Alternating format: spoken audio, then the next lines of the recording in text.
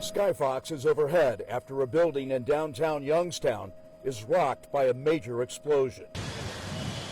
Witnesses say just before the explosion, they heard what they believe was a ruptured gas line and then detected the smell of gas. We were down there working when the gas started pouring out of the lines, and then we took off up the steps and we sounded the fire alarms when we got to the top of the steps and called 911 once we got outside. The building, which is 12 stories tall, houses a Chase Bank branch on the ground floor and apartments on the upper floors.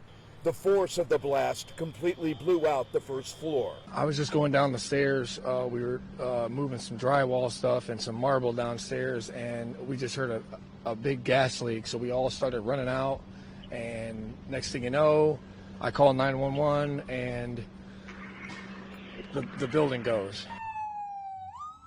Firefighters arriving at the scene immediately rescued and then began treating at least 7 victims of the blast, and then evacuated people on the upper floors. They went in the building, got out everyone that they could get out. EMS stood by, and anyone that was hurt or injured got taken to the hospital by EMS, and my firefighters went floor by floor, room by room, elevator by elevator, space by space, clearing that building to ensure that no one else was in that building. Investigators say 2 people, a man and a woman, who work in the building are unaccounted for, but authorities are not sure if they were in the building at the time. When we do our safety checks, there's a process they use, and our prayers and hope is that they were not. Complicating the search for those who are unaccounted for and the cause of the explosion, the fact that the building is so unstable that it's unsafe for investigators to go inside. We don't want to put anyone in that building because of the structural integrity of the building.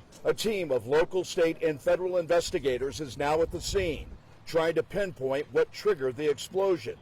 And the mayor of Youngstown says for the time being, this section of downtown will remain closed. I just know that right now we're worried about the life and the safety of this community first. We're going to start with that, then we'll figure out what happened.